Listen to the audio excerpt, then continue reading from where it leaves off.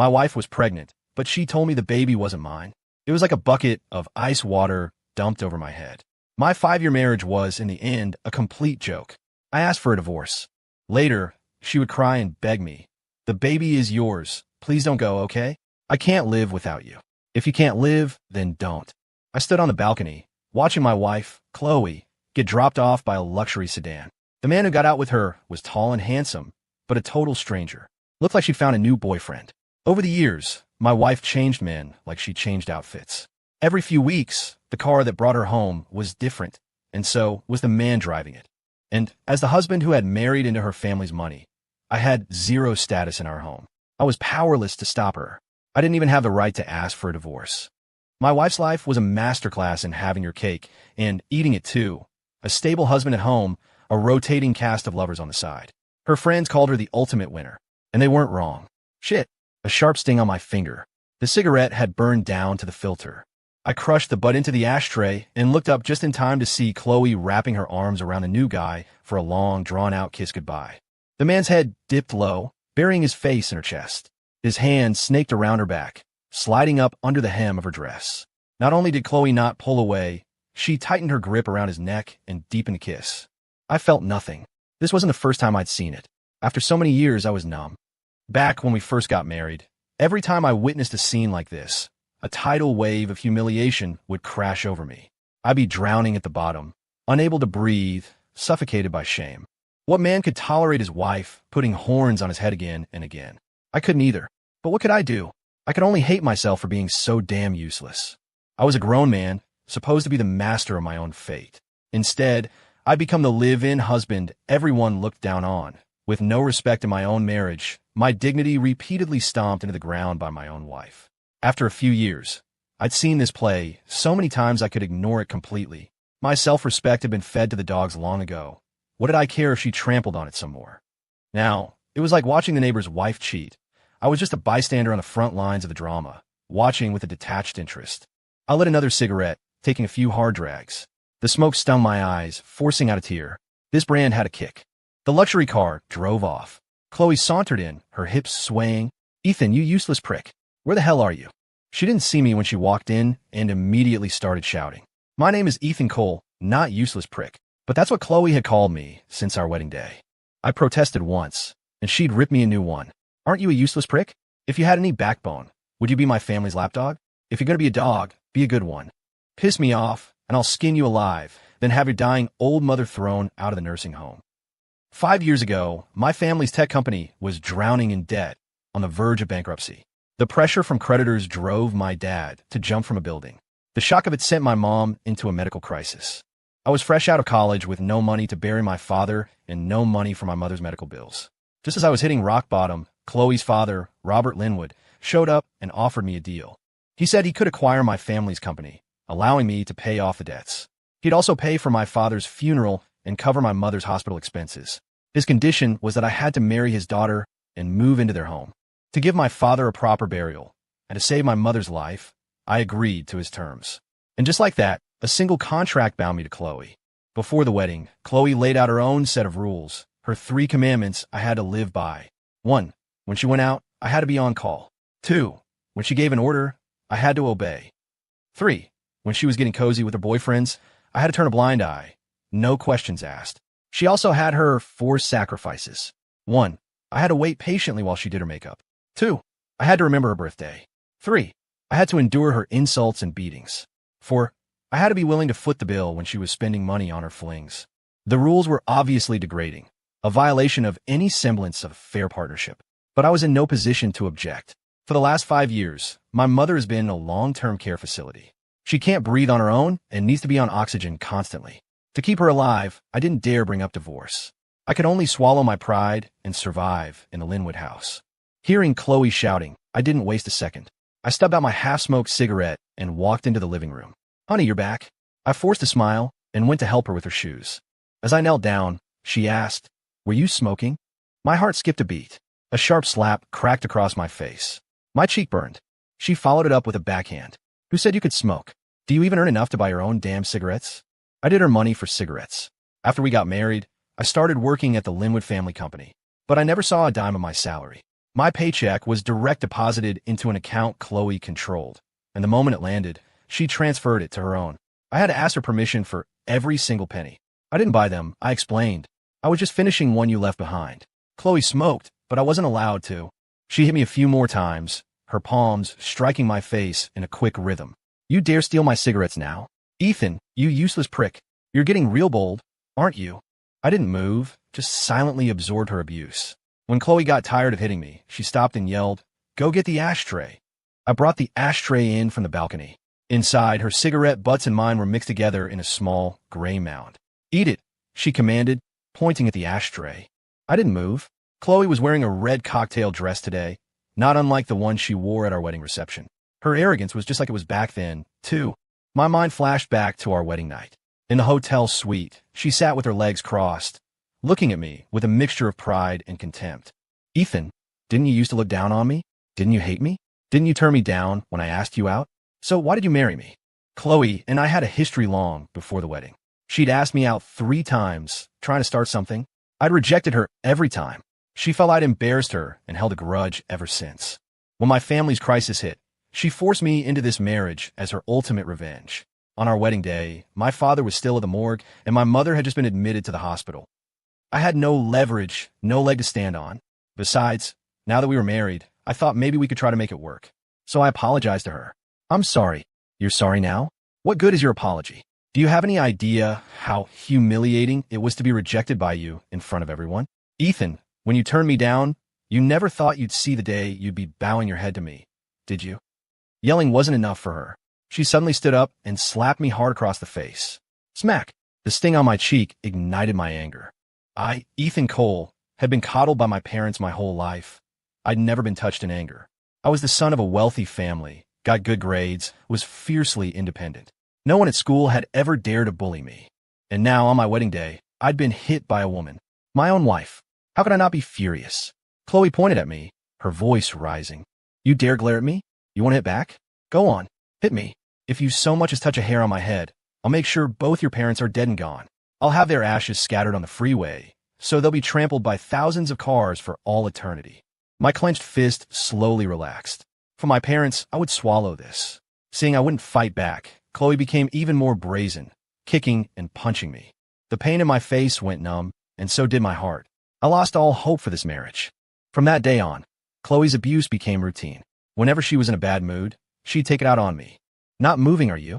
Chloe suddenly stood up, grabbed a handful of ash and cigarette butts, and shoved them into my mouth. "You wanted to smoke so bad, didn't you? I'll let you have your fill. Eat it. Eat all of it. And then lick the damn ashtray clean." I couldn't take it anymore. I grabbed her wrist. "Chloe, that's enough. There's a limit." She flew into a rage. "Ethan, you useless prick, you dare to fight back? You don't want your mother to live anymore? Is that it? I'll make one call right now, cut off her medical payments, and have that old hag thrown out of that facility." Terrified she'd hurt my mother, I swallowed my anger and let go of her hand. Furious, Chloe smashed the heavy glass ashtray over my head. Ash and butts rained down over my face and hair. The blow split my scalp open. Blood trickled down, mixing with the gray ash streaking my face. I was a complete mess. But what Chloe didn't expect was that the ashtray would fall from my head and land squarely on her bare foot. She let out a piercing scream. "Ah, that hurts." She bent down, pulled off her high heel, and saw her instep turning red and swollen. Her rage intensified. "Ethan, you useless prick. You hit me." "I didn't hit you," I argued. "You smashed the ashtray on my head, and it fell." It was a classic case of her own actions backfiring on her, but she turned it around to blame me. It was Chloe's go-to move. Whenever she wanted an excuse to beat me, she could always find one. Tonight was no different. "You piece of trash, you dare talk back to me," she screamed. "I'll kill you. I'll kill you." She grabbed one of her stilettos and started beating me over the head with it. I didn't flinch, just stared at her silently. After 5 years of marriage, I knew her well. When she hit me, if I tried to dodge or block her, she would only punish me more severely. She'd make good on her threat to call the care facility and have them pull my mother's oxygen. So if I fought back or ran, it was my mother who would suffer. The sharp heel of the shoe struck my head and face again and again, widening the cut. Blood blurred my vision. Through the red haze, Chloe looked like a monster. When she was finally exhausted, she threw the shoe down. "Go clean yourself up." She never wanted anyone to know she abused me. Every time she hurt me, I was the one who had to patch myself up. I got the first aid kit disinfected the wound, stopped the bleeding, and applied ointment. Get out. Kneel outside and think about what you've done, she yelled, kicking me out of the room. Kneeling was out of the question. She wasn't watching me anyway. I stood by the door for a moment, then decided to go to the hospital. I didn't have a car and no money for an Uber, so I walked. It took me 3 hours to get to the long-term care facility on the outskirts of the city. The Linwoods had placed my mom in such a remote location specifically to make it difficult for me to visit her. I quietly entered her room and saw that she was asleep. The night aide was dozing in a chair nearby. Looking at my mom's pale face, remembering the image of my dad falling from that building, a sharp pain shot through my heart. Tears welled up in my eyes. After watching her for a long time, I rested my head on the side of her bed and drifted off. Bang! The sound of the door, slamming, open, jolted me awake. I opened my eyes to see Chloe storming in, her face contorted with rage. I quickly got up and dragged her out into the hallway. She swung her purse at me. I told you to kneel by the door, and you sneak off to the hospital. You're getting brave, aren't you? You don't listen to a word I say anymore. I clamped my hand over her mouth and hissed, Chloe, at home, you could be as crazy as you want. But here, if you dare cause a scene. My attempt to silence her only made her angrier. She ripped my hand away. What if I do cause a scene? What are you going to do about it? Ethan, I'm telling you. I dragged her into the elevator and pointed a finger in her face, my voice low and sharp. I put up with you for my mother's sake. If you come here and make a scene, and something happens to her, I will. Chloe clawed at my face. You dare threaten me? I'll scratch your eyes out. I grabbed her wrist and squeezed hard. Ah! Chloe's face twisted in pain. You useless prick. You're breaking my hand. Let go, she shrieked. The elevator reached the ground floor. The doors opened, and I shoved her out. Chloe stumbled backward, her high heels failing her. She fell to the ground with a thud and sat there, screaming curses at me. I ignored her and hit the button to close the doors. Back in my mother's room, I found her awake, tears streaming down her face. As soon as she saw me, she started to sob. Son, I'm such a burden on you. I shook my head, wiping her tears away. No, you're not. I'm fine. Chloe and I just had a little argument. All couples fight sometimes. I know everything, son, she cried. Get a divorce. I don't have much time left. I want to spend my last few days with just you. My own tears started to fall. Since becoming the Linwoods' live-in son-in-law, my mother's life had been saved, but we were rarely able to see each other. Outside of work, my entire life had to revolve around Chloe, doing her laundry, cooking her meals, cleaning the house. I couldn't even visit my mom on weekends because Chloe would have guests over, and I had to cook and serve them. After they ate, they'd play poker, and I'd be the one fetching drinks and snacks. Sometimes her boyfriend of the week would be there, and I'd have to greet him with a smile. I had to stand there and watch them flirt without showing any sign of displeasure. In her social circle, I was a good-for-nothing loser, an invisible coward. Every time I wanted to see my mom, I had to beg Chloe for permission for what felt like an eternity. I'd have to be on my best behavior for weeks, serving her flawlessly, hoping no one else would piss her off. Only when she was in an exceptionally good mood would she benevolently agree to drive me to see my mom. Then she'd wait in the car, giving me exactly 30 minutes. That's why I rarely came to the hospital. My mom understood, of course, that marrying into the Linwood family meant I had no freedom. But every time I visited, I put on a brave face and told her I was doing great. So she thought Chloe and I had a decent relationship. Today, she saw Chloe storm into the hospital and attack me, saw the fresh cuts on my face. She finally understood that I had no dignity as a man in front of Chloe. The pain in her heart was what made her urge me to get a divorce. File the papers tomorrow, she said. Even if you walk away with nothing, as long as you're free, I can rest easy. I held her hand and whispered, I'll talk to her tomorrow. I had wanted to end this marriage for a long time. I only endured it for my mother. Now, I could see how distressed she was. I was afraid something might happen to her, and I wanted to be by her side. So I made up my mind. I was getting a divorce. After my mother calmed down, I left the facility and started the long walk home. By the time I got back, it was after 10. Chloe wasn't there.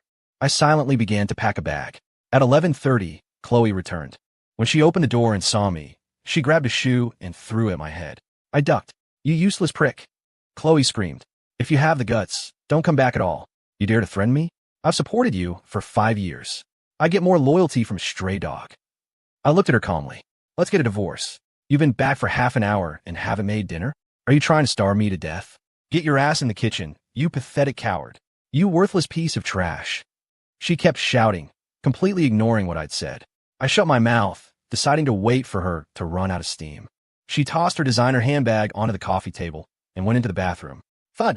Her bag slid off the table and fell to the floor. The zipper was open, and its contents spilled everywhere. A piece of paper fluttered to a stop at my feet. I picked it up, and my head started to buzz. It was an ultrasound report. Chloe was pregnant, 3 months along. Staring at the ultrasound report, my mind went completely blank. Was this baby mine? Chloe had plenty of boyfriends, but she always came home at night. In bed, she was like a different person, quiet and submissive, a stark contrast to her arrogant, domineering daytime self. At night, she was gentle and passionate, looking at me with eyes full of affection. Sometimes it confused me, like she was possessed by another soul after sundown. But no matter how tender she was at night, by morning she would always revert to her true self, spewing venom at me. She'd even sneered at me before. If you weren't so good in bed, I would have kicked you to the curb years ago. Because she came home every night, I couldn't be sure if she was sleeping with other men. I had no idea whose child this was. If it was mine, could I still go through with the divorce? And if we divorced, what would happen to the baby? Chloe came out of the bathroom. I held up the report. You're pregnant? She shot me a contemptuous look. What's it to you? Whose baby is it? I pressed. She looked at me with a mocking smile. Definitely not yours. That was a confession straight from her own mouth. She had been sleeping with other men. The words hit me like a ton of bricks. My years of silent suffering, of swallowing my pride, it had all been for a joke. I put the report down. Chloe, we're getting a divorce. Her eyes widened in shock. What did you say?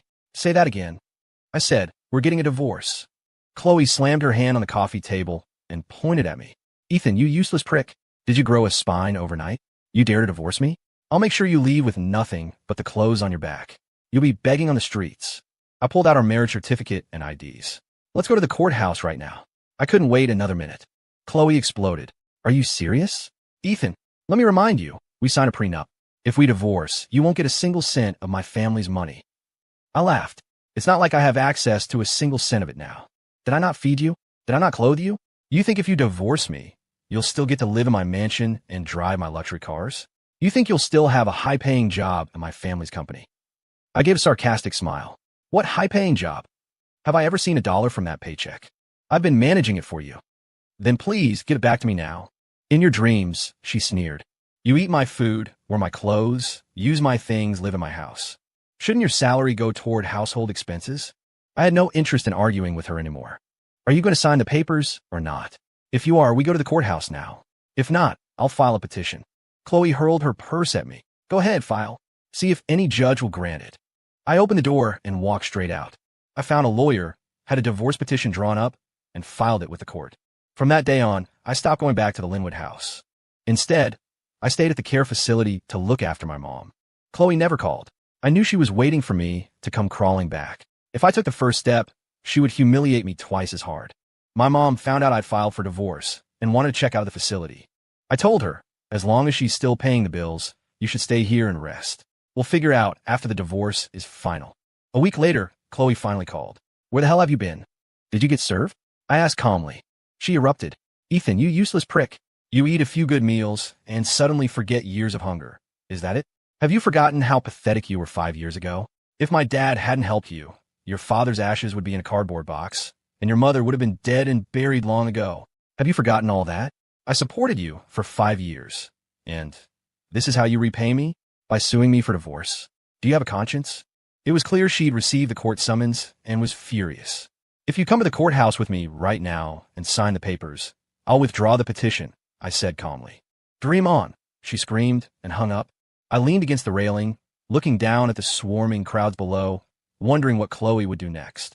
If she refused to cooperate, would the court rule in my favor? That afternoon, Chloe showed up at the care facility. She barged into my mother's room and started yelling at her. Your son found out I'm pregnant, and now he wants to divorce me. Isn't that the definition of a deadbeat dad? You're his mother. Aren't you going to do something about it? Did you raise him to have no morals? My mother looked at me, stunned. Chloe's pregnant? I nodded. Yes, but it's not mine. Chloe shrieked. You say it's not yours, so it's not yours? Do you have proof? I shot back. Do your own words count as proof? That was just something I said in a fight. You can't take that seriously, she yelled. What about all those men you're always with? Does that count as proof? What are you talking about? That's just business networking. Have I ever not come home at night? People do more than just sleep at night. You. Chloe was a loss for words. She switched tactics, demanding evidence. You say the baby isn't yours. Do you have a paternity test? I met her challenge head on. You say the baby is mine. Do you have a paternity test? She was speechless. She stormed out in a huff. My mother looked at me, worried. Chloe is pregnant. It won't be easy to get a divorce now. It doesn't matter if the baby is yours or not. The court won't grant it. Don't worry, Mom, I said. She'll agree to the divorce herself. I followed Chloe out and called after her. If you agree to the divorce now, I'll withdraw the petition. Otherwise, I will make all the evidence of your cheating public. Chloe's anger flared. Fine. You won't regret this. I watched her walk away, not entirely confident. If she wasn't afraid of the public shame, then releasing the evidence wouldn't force her hand. The next day, Chloe's parents showed up at the hospital. Mr. Linwood put on a friendly face. Ethan, you and Chloe were doing so well. Why the sudden talk of divorce? She knows why, I replied. Mrs. Linwood pointed a finger at me. You ungrateful mutt. What has my daughter ever done to you that you want to divorce her? What has she done to me? Go home and ask her yourself, I said. Mrs. Linwood lunged at me, tried to hit me. I sidestepped her. Suddenly, Mr. Linwood grabbed me from behind in a bear hug, yelling, Don't, Karen, don't. Let's just talk this out. He held me so tightly I couldn't move. Mrs. Linwood seized the opportunity, slapping me across the face again and again. As she hit me, she screamed, You freeloader! My family paid to bury your father and put your mother in a hospital. My daughter fed you, housed you, and supported you for 5 years, and now that she's pregnant, you won't leave her. Are you even human? You're an animal. You're worse than an animal. My mother, frantic, got out of bed to help me. Let go of my son. Let go of him. Before she could reach us, Mr. Linwood subtly stuck out his foot and tripped her. She fell hard. I saw red. I kicked Mrs. Linwood square in the stomach. She stumbled back several steps and fell on her rear, clutching her stomach and howling in pain. Mr. Linwood was furious. He started punching me from behind. You disrespectful piece of trash. You dare to lay a hand on your mother-in-law? I wouldn't even touch a hair on her head. Who do you think you are? I reached back and grabbed a handful of his hair. What mother-in-law? I'm divorcing your daughter. You people mean nothing to me anymore. You touch me again, and I'll pull your hair out, one strand at a time. He yelped in pain, trying to protect his scalp. Ow! Let go! Let go! A crowd had gathered, pointing and whispering. A nurse ran in and pulled me away. What are you doing? This is a hospital. Please keep your voices down. I turned to help my mom up and get her back into bed. Mr. Linwood rubbed his scalp, his voice trembling with rage. Ethan, you've been part of our family for years. Your mother-in-law and I have never mistreated you. And today, you hit us and curse at us. Is that how you behave? I scoffed. You started it. And besides, whether you've mistreated me or not, you know the truth in your hearts. So what if we hit you? As your elders, if you do something wrong, don't we have the right to discipline you? Don't pull that moral high ground crap on me. We're not blood relatives, and I don't have elders like you. You can discipline your own daughter. You have no right to discipline me. Mrs. Linwood sat on the floor, wailing. She slapped her thighs and launched into a dramatic speech about how their family had been my saviors and how I was a heartless monster. My daughter is virtuous and sensible, well-mannered and beautiful. The line of men who want to marry her could stretch for 2 miles. But she's loved you since she was a child. She was dead set on marrying you.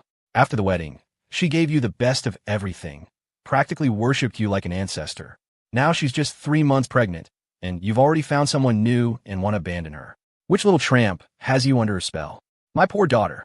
Not only have you been abandoned by a faithless man, but he also beats us. Isn't there anyone who will give us justice? She wailed and screamed, her voice shrill and piercing. No one could hear a word I was saying.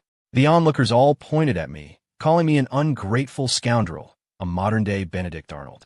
What's all the commotion? A loud voice boomed. I turned to see 2 police officers walking in. The crowd instantly fell silent. The police started asking questions. I said, their daughter is pregnant with another man's child. I asked for a divorce, so they came here and started beating me. Public opinion flipped in an instant.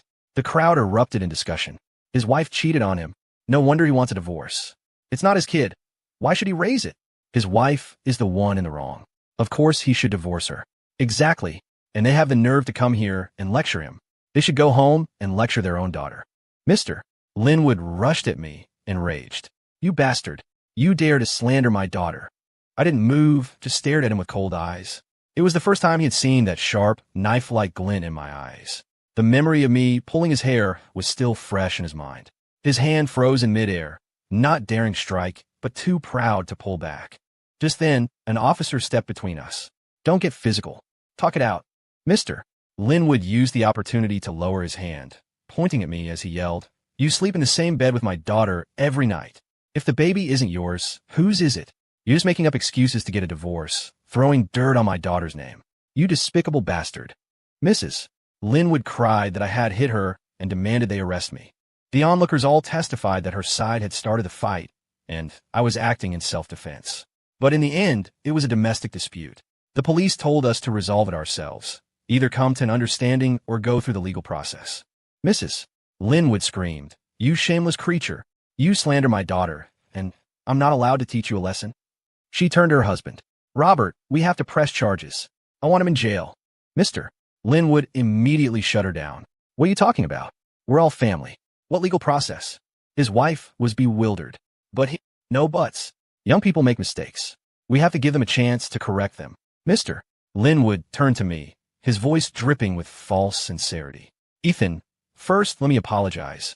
A moment ago, when I saw you kick your mother-in-law, I lost my temper and laid a hand on you. I shouldn't have been so impulsive. But as your father's old friend, I'm both your father-in-law and an elder figure in your life. I believe I have the right to guide you. My methods were wrong, perhaps, but regardless, I shouldn't have gotten physical. I admit my mistake, and I'll do better.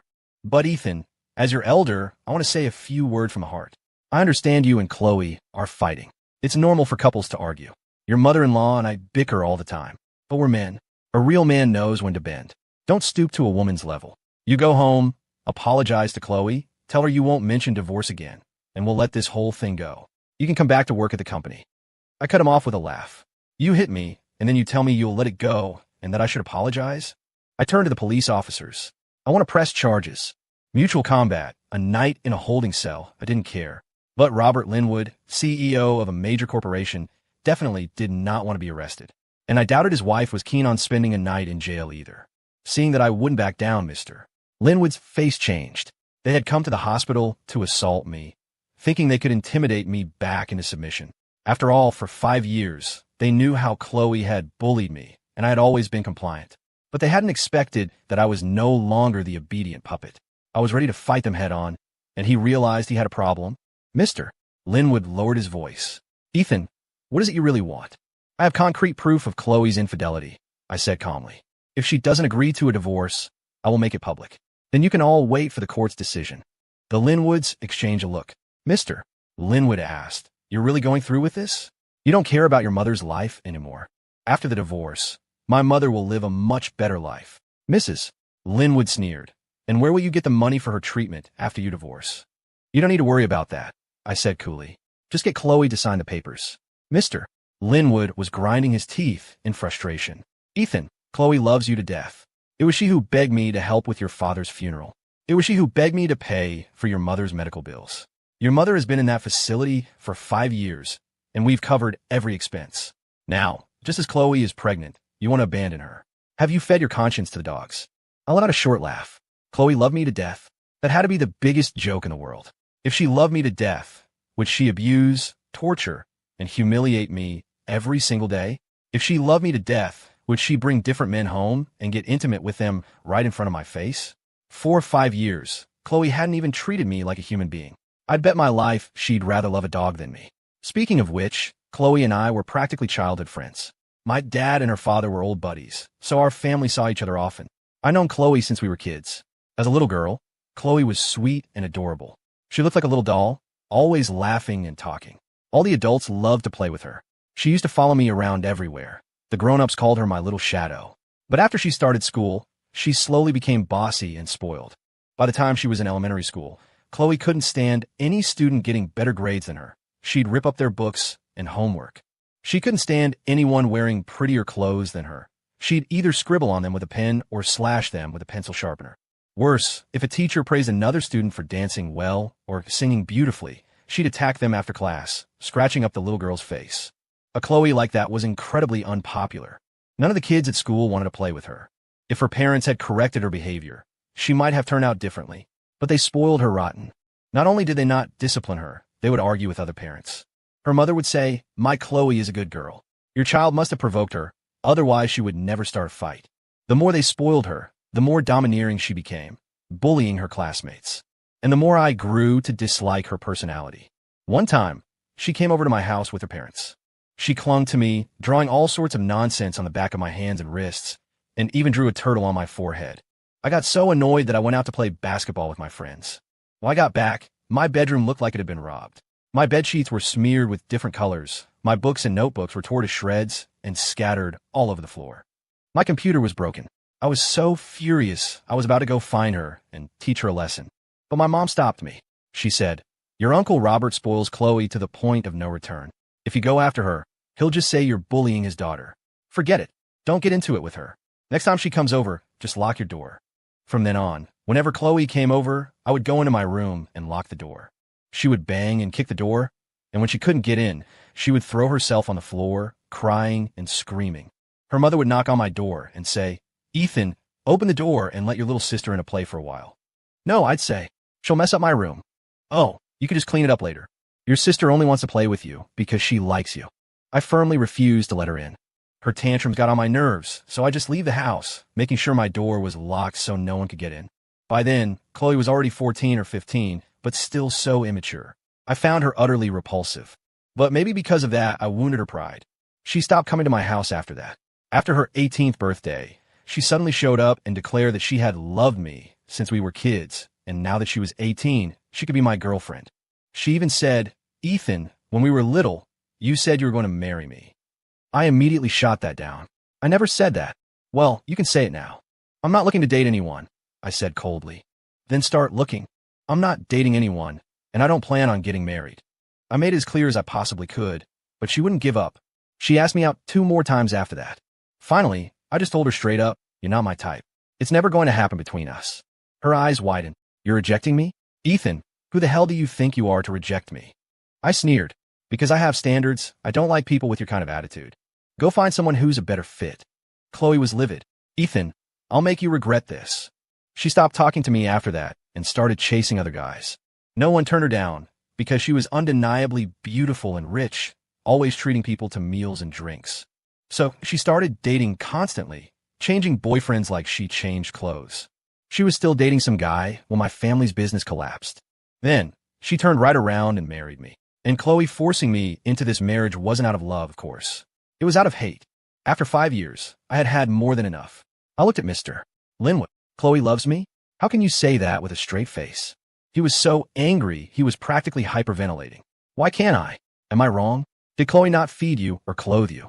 The clothes she bought you were all designer brands, more expensive than what I wear as her father. The shoes she bought you cost thousands of dollars a pair, more than mine. What more do you want?" I smiled faintly. That was all for show. If I dressed poorly, people would undoubtedly gossip about the Linwoods, saying they mistreated their live-in son-in-law. Robert Linwood cared deeply about his company's reputation and always maintained a facade of respectability. He couldn't let people whisper behind his back that they were cruel to me. This was also why he didn't want Chloe and me to divorce. If we did, it would undoubtedly have a negative impact on the Linwood family's company, and its market value and stock price would plummet. That's why he was trying every trick in the book to stop me. But my mind was made up. How could he stop me? He had to be worried that I would expose the evidence of Chloe's cheating.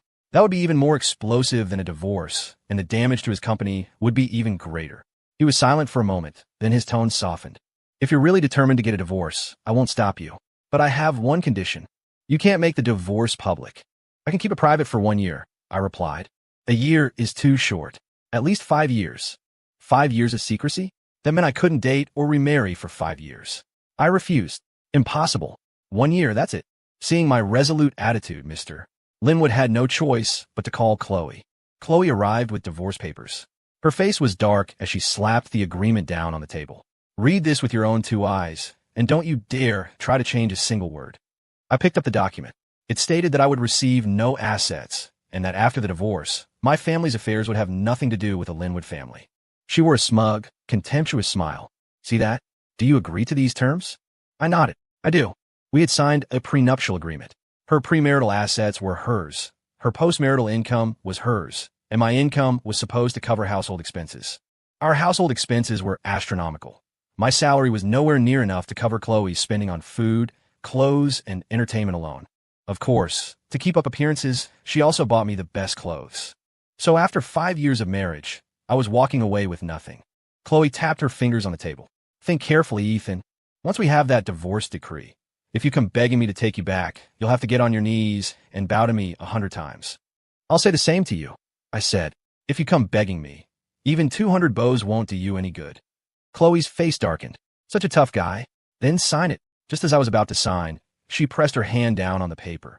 Wait, add one more clause. After the divorce, you're not allowed to remarry, and you're not allowed to leave my house. A surge of fury washed over me. For 5 years, Chloe had exerted a sick, controlling grip over me. I couldn't talk to any other woman. Not colleagues, not relatives, not even her female friend she brought over. If I so much as glanced at another woman when we were out, she would fly into a rage and beat me when we got home. Sometimes she didn't even need a reason. She hit me when she felt like it, yelled at me when she felt like it. For 5 years, she had treated me like a slave. You could say that if Chloe wanted me to kneel, I couldn't stand. If she told me to go east, I would never dare to go west. I had originally just disliked her. After we got married, her arrogance and tyranny made me despise her. I spent every day thinking about how I could escape from her. Now, I finally had my chance to be free, but she still wanted to control my entire life. I threw the pen down. Let your parents go to jail, and I'll post on my social media and let everyone see just how many men the noble and beautiful Miss Linwood has cheated with during her marriage. Chloe pointed at me, screaming, "You wouldn't dare? Ethan, you're the one who's cheating, aren't you? You have another woman, don't you? You're divorcing me to marry that little tramp. Is that it? Who is she? Tell me. Tell me." She was trying to change the subject, to drag me into a pointless argument, to push me to my breaking point and force me to give up on the divorce. But watching her hysterical performance, I just found it laughable. I wasn't going to fall for her trap. "What's the matter?" I said. "You're allowed to have a new man every day, but I'm not allowed to get a divorce." She shrieked. "I'm the one supporting you. You eat my food and use my things, and you have the nerve to use my money to support some tramp on the side? Who gave you the audacity?" I was tired of arguing. I took out my phone, opened my photo gallery, and showed it to her. "Tell me, should I post these online now, or should I wait a bit?"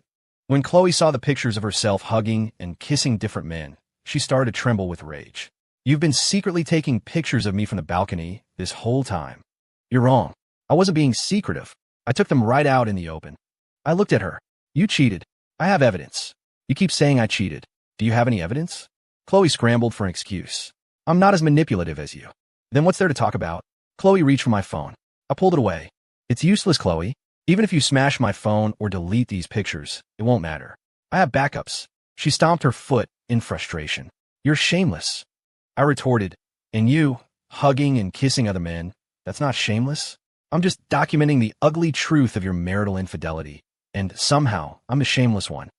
Chloe was so angry she was speechless. Mr.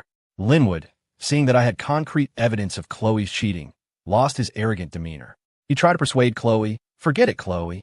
Just let it go. Once you divorce this loser, my daughter can find someone 100 times better than him in a heartbeat." Chloe glared at me and yelled, "Then sign the damn papers. What are you waiting for? Do you need me to get on my knees and beg you?" I signed my name. "When are we going to the courthouse?" She snatched the agreement away and stood up, all high and mighty. "When I have time." I nodded. "No rush. We can also wait until after the court hearing." Chloe stormed off in a rage. Her parents called after her from behind, but she didn't look back. I wasn't worried at all. With a company as large as the Linwoods, Mr. Linwood would never want his family's dirty laundry aired in public, and he certainly didn't want to end up in a holding cell. As for me, I had nothing left to lose. A short while later, my phone rang. It was Chloe. "I'm at the courthouse. If you want this divorce, get your ass over here right now." I'm not waiting around. I didn't want to drag this out either. I arrived at the courthouse quickly. Chloe stood on the steps, looking down at me with contempt. "As soon as that divorce decree is finalized, I'm cutting off all of your mother's medical payments. You can still back out now." I gave a disdainful smile. "Are you the one having second thoughts?" Chloe immediately flew into a rage. "What do I have to regret? I don't have to support a useless freeloader like you anymore. I couldn't be happier. I've got plenty of money. All I have to do is snap my fingers, and there'll be countless men begging to marry me. I can pick and choose whoever I want. What are you, Ethan Cole? You're nothing." I gestured toward the building. "Then what are you waiting for? Let's go in. I'm warning you not to regret this." "Don't worry. The word regret isn't in my vocabulary." She stomped inside on her high heels, radiating fury. Since our marriage, Chloe had always lorded her superiority over me, ordering me around, flaunting her power. and I had always been submissive, enduring her beatings and verbal abuse. In the last few days, I had suddenly stood up straight, unafraid of any of her threats. She was both furious and confused, unsure of how to handle me anymore. While signing the papers, Chloe complained that the pen wasn't working right, muttering curses under her breath. A moment later, she complained that I was standing too close to her, blocking her arm and making it hard for her to write. The clerk's expression soured with disdain. I could practically hear them thinking, with a temper like that, what man could put up with her? No wonder they're getting divorced. After a lot of fussing, she finally signed. The divorce was final. I was free from this 5-year prison sentence. Holding the divorce decree, Chloe looked at me and said, "You and I have nothing to do with each other anymore. When you bury your mother, don't bother telling me." I clenched my fists. "I'll say the same to you. When your parents go to prison, don't come crying to me." She erupted. "Ethan, what do you mean by that? You're not going to let my parents off." "I can let go of the fact that they assaulted me," I replied. "Then why are you cursing my parents? Didn't you just curse my mother?" I said coldly. I turned and walked away. With the divorce decree in hand, I had my mother transferred to another hospital in the city. "I should just check out," my mom said, worried. "We can't keep spending the Linwoods' money." "We're using my own money now," I told her. "It has nothing to do with them. You can rest easy, Mom." Chloe thought I was truly penniless. She was certain I wouldn't dare to divorce her, or that if I did, I would come crawling back, begging for her forgiveness. What she didn't know was that for the past 5 years, I had been working freelance online. I built websites for people, wrote ad copy for e-commerce, ran a blog sharing my knowledge and life experiences, and even wrote some fiction. In short, I seized every opportunity to make money. Chloe knew nothing about any of this. She was a trust fund kid who had never had to work a day in her life. After graduating from college, her father gave her a cushy, no-show job at his company. Her only responsibilities were to collect a paycheck and spend it. So she had no idea I had so many ways of earning money and never suspected a thing. She thought I was just dutifully working at her family's company every day, coming home to do chores and wait on her. She thought that by controlling my bank account, every cent I made passed under her nose, and it was impossible for me to save any money for myself. Once I had some savings, I started learning about investing and buying stocks. I had a knack for it, probably inherited from my father's business sense. When my capital grew large enough, I started my own company. It operated in the same sector as Linwood Industries, making me their direct competitor. Of course, the Linwood family had no idea. Even after starting my own company, I continued to work at Linwood Industries. I managed my own business remotely. Chloe and her mother were both on the payroll at the Linwood Group, but they never showed up for work or got involved in the company's operations. In the eyes of the employees, I, the live-in son-in-law, was the heir apparent. As a result, everyone tried to curry favor with me. Whenever Mr. Linwood was on a business trip, I was the acting head of the company. This gave me the opportunity to meet with clients and access their detailed information. I secretly forwarded this information to my own people, who would then poach the clients by offering them more favorable terms. There were several business projects that Mr. Linwood had been trying to secure. Once I found out, I had my team swoop in and grab them first. Mr. Linwood knew there was a new company on the scene that was competing with him at every turn, but he never imagined it was mine. I did this not just because I hated Chloe, but because Mr. Linwood was connected to my family company's collapse. To get concrete evidence, I worked diligently at his company every day, swallowing my pride in front of Chloe. But in secret, I was collecting evidence of the Linwood family's crimes, while also building my own company, stealing their resources, and undermining them from within. After a few years of hard work, my company had grown to a considerable size. I no longer had to worry about money for my mother's treatment. I had also gathered most of the evidence I needed about the Linwoods' role in my father's death. So when my mother told me to get a divorce, I agreed without hesitation. Now, with the divorce decree in hand, it was time to make the Linwoods pay. The day of the divorce, when I went to the police station to sign the settlement agreement for the assault, I took a picture. I posted it online with the caption, "Assaulted by my in-laws." I didn't fight back out of respect for their age. The settlement agreement had my signature and Mr. Linwood's. In our city, Robert Linwood was a well-known figure. The post quickly caused a sensation. The stock price of Linwood Industries plummeted, hitting the daily limit down in a short amount of time. Mr. Linwood saw the news online and called me, furious. "Ethan, what is the meaning of this? You promised not to make this public." "I promised not to make the divorce public," I replied. "I didn't make any promises about anything else." He was speechless. To quell the public outrage, the next day, Mr. Linwood posted an apology video on the official Linwood Industries social media account. My daughter and son-in-law were arguing. While trying to guide them, I lost my temper for a moment and got physical with both of them, which led to the police being called. As an elder, I failed to control my emotions. It was my mistake. Chloe replied in the comments. This is the first time in my life my dad has ever hit me. I was angry, and that's why I called the police. Now I know my dad was just trying to help, and I accept his guidance. I want to apologize to my dad here. I'm sorry, Dad. The two of them were quite the actors. They successfully shifted the narrative. The public discussion went from abusive in-laws assault their son-in-law, police get involved, to the struggles of parenthood. CEO Linwood gets tough with his daughter for her own good. Beating a son-in-law versus disciplining a daughter were two completely different things in the court of public opinion.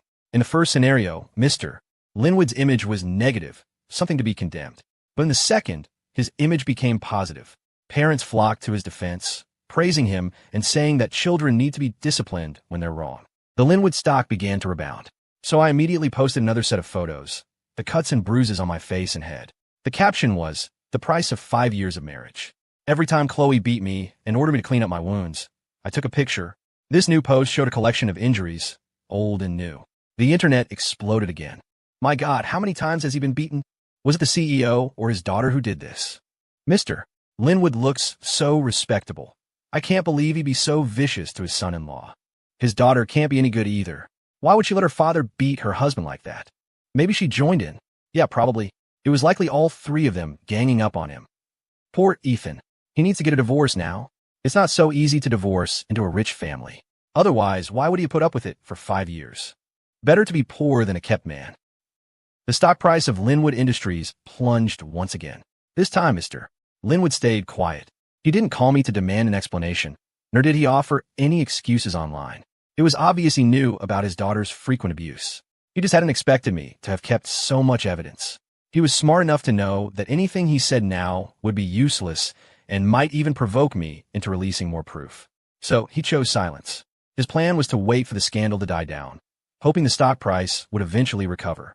The market always has its ups and downs, but this time, the fall was severe. The stock dropped for a full week, hitting the limit down every day at market open. The Linwood family didn't contact me. They were probably a little afraid of me now, afraid I'd find some other dirt on them. The following week, the stock began to climb again. So I dropped another bombshell, a series of photos showing Chloe embracing and kissing different men. The online discussion became even more heated. The Linwood heiress cheated during her marriage? And with so many men? How shameless. What a dysfunctional family. Did her husband find out she was cheating, and that's why she beat him? Definitely. That explains all of Ethan's injuries. She has no shame. She's the one who cheated. She's the one at fault. What right does she have to beat her husband? Because she's rich and her husband married into her money. That's no excuse for domestic abuse. He should call the police. Get that woman arrested. Didn't that settlement agreement from the first post mean he already called the police? Why did he settle? They probably forced him to sign it. He's a live-in son-in-law with no family to back him up. What else could he do? Amid the nationwide discussion, the stock price of Linwood Industries once again hit the limit down and stayed there. Chloe called me, her voice a hysterical scream. Ethan, what the hell do you want? You said you wouldn't release this evidence. I cut her off. What did I say that? She paused. You said if I didn't divorce you, you'd release it. But we're divorced now. Why are you still releasing it? I said if you didn't divorce me, I would release the evidence of your cheating. I replied. I never said that if you did divorce me, I wouldn't.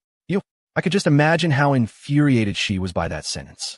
I didn't bother talking to her further and hung up. This time, the Linwood Group stock fell for nearly a month. The price was in shambles. I used all my available capital, even taking out a loan against my own company, to buy up Linwood stock at its rock-bottom price. At the end of the year, as was tradition, the Linwood Group held its annual shareholders meeting. When I walked into the conference room, Mr. Linwood pointed at me and roared, "Who let you in here? Get out. Isn't this the annual shareholders meeting?" I asked, "You know it's a shareholders meeting? Are you a shareholder?" Mr. Linwood yelled to his assistant, "Call security. Get this unauthorized person out of here."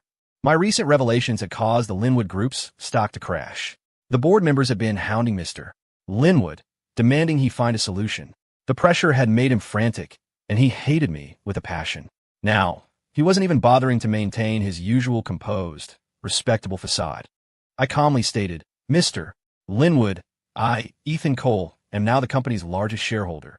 His eyes widened. What did you say? Are you insane? I have been buying up their stock at its lowest point for days. I had acquired a massive number of shares, making me the new majority shareholder of the Linwood Group. His assistant handed him a document. Mr. Linwood, here is the latest shareholder list. You haven't seen it? Mr. Cole is now the company's largest shareholder. Mr. Linwood stared at the document, his hands trembling. After a long moment, he looked up and pointed at me, roaring, "Where did you get the money? Did you steal it from my family? Did you embezzle funds from my company? Call the police. Arrest this thief." Before he could finish, several police officers walked into the room. Mr. Linwood immediately pointed at me, his voice full of arrogant authority. "Officers, you're just in time. Ethan Cole has stolen from my family and embezzled company funds. Take him away and investigate him thoroughly." The officers ignored him and walked straight to Mr. Linwood, presenting him with a warrant for his arrest. Before this meeting, I had compiled all the evidence of the Linwood's criminal activities, made multiple copies, and submitted them to the police and the prosecutor's office. Now, seeing that the police were there to arrest him, Mr. Linwood was stunned. "Wait, you must have made a mistake." How could they have made a mistake? He and his wife were suspected of multiple crimes, including unfair business competition, tax evasion, bribery, and using substandard materials in their products. Their arrest was inevitable. It wasn't just Mr. Linwood. His wife wasn't getting away either. Shortly after Mr. Linwood was taken away, Chloe got the news. She rushed to the company, pulled me out of the conference room, and screamed, "Ethan, didn't you say you'd let my parents go? Why did you go back on your word?" I signed a settlement agreement for their assault on me that day. I didn't press charges for that, did I? I replied. Then why were my parents arrested? Wasn't it you who sent them to jail? I found this laughable. I don't have that kind of power. They're in jail because they broke the law. But they've been fined for so many years. How is it that right after I divorced you, they suddenly committed a crime? You'll have to ask yourself that. Chloe's voice trembled with rage. Are you saying that because I offended you, you're taking revenge on my parents? What did my parents ever do to you? They were the ones who acquired your company and gave you the money to pay off your debts. It was my dad who paid for your father's funeral and gave him a proper burial. It was my dad who put your mother in the hospital so she could live to this day. My parents have done so much for you, and you framed them. Do you have a conscience? I let out a cold laugh. Your parents' kindness to me? Do you have any idea how my family's company went bankrupt? It was destroyed by your parents. They destroyed my father's company. They drove my father to his death. They left my mother bedridden. And you want me to be grateful to them? Chloe, are you even listening to yourself? Chloe froze, then shrieked. Impossible. My parents are such kind people. How could they destroy your family's company? How could they harm your parents? Stop slandering them, you ungrateful wolf. The real wolves are your family. I retorted coldly. It was my dad who brought your dad into the business world. After my dad's business took off, he had your dad supply us with raw materials. My dad was worried your dad didn't have enough capital, so he always paid him up front so your dad could purchase the goods. Your family's company was able to grow, step by step, all because of my dad's support. But in the end, because of your own selfish desires, your dad destroyed my family. Chloe seemed confused. My selfish desires? What are you talking about? Be clear. You asked me out 3 times, and I rejected you. I replied. You held a grudge and went crying to your parents. Chloe's parents doted on their only daughter. From a young age, whatever Chloe wanted, they would find a way to get it for her. In Mr. Linwood's eyes, the fact that his beautiful daughter was interested in me was a blessing for me. I should have immediately agreed to date her and done everything to please her. But I rejected Chloe's advances, which caused her to cry and throw tantrums at home every day. Mr. Linwood believed that his daughter's unhappiness was my fault. To make her happy again, he decided to force me to marry her. Mr. Linwood personally came to our house to propose the marriage to my father. My father knew I didn't like Chloe and politely declined, saying, "The kids are still in school. Let's talk about relationships after they graduate. Kids these days have their own minds. We can't interfere in their feelings." Mr. Linwood felt that he, as the girl's father, had come to offer his daughter's hand in marriage, only to be rejected by my father. He was deeply humiliated and held a grudge. From that point on, he began to plot, step by step, to bankrupt my family's company. That way, he could take over our company for himself and make me Chloe's prisoner, trapped by her side. It was a perfect 2-for-1 deal for him. You used your parents' love for you to get whatever you wanted, I said angrily. And if you couldn't get it, you'd rather destroy it. I never wanted to destroy you, she said. And I certainly never wanted to destroy your family. I raised my voice. But our family has been destroyed by you, by our parents. And now you have the nerve to come here and blame me? Where do you get the audacity? Your entire family. You're all a bunch of ungrateful wolves. Chloe was speechless. I ignored her and went back into the conference room. Mr. Linwood has been arrested. We don't know when he'll be released, or if he'll be released at all. The company can't be without a leader. Let's elect a new chairman. Chloe burst in, yelling, elect what? My dad is the company's largest shareholder. If he's not here, I inherit his position. I'm the chairman now. I countered. So, Miss Linwood, you're saying that whoever is the largest shareholder is the chairman. Is that right? Yes. Mr. Linwood's assistant whispered in her ear, Miss, right now, Ethan is the largest shareholder. Chloe was as shocked as her father had been. Then, she too pointed at me and started screaming, accusing me of stealing her jewelry to sell for money, of embezzling company funds. When she had yelled herself out, I said coldly, if you have evidence, then sue me. If you don't, then shut up. If you slander me again, I will sue you for defamation, and your whole family can have a reunion in prison. Chloe stared at me, dumbfounded. She probably couldn't comprehend how the man who had been so submissive for the past 5 years had suddenly transformed into someone completely different, no longer the punching bag she could beat and curse at will. The shareholders' meeting continued. I had the most shares, and Mr. Linwood had the second most. Chloe, representing her father, wanted to compete with me for the position of chairman. When the board members heard Chloe wanted to run for chairman, they all shook their heads. The only time Chloe ever showed up at the company was for the annual holiday party, where she'd make an appearance as the company princess and walk around for a bit. The rest of the year, she was nowhere to be seen. On the other hand, I had worked diligently at the company for 5 years. In everyone's eyes, I was humble, hardworking, and well-versed in business etiquette. My professional competence was undeniable. To win votes, Chloe and I each had to present our vision for leading the company forward. I let her go first. Chloe had probably never thought about managing the company herself.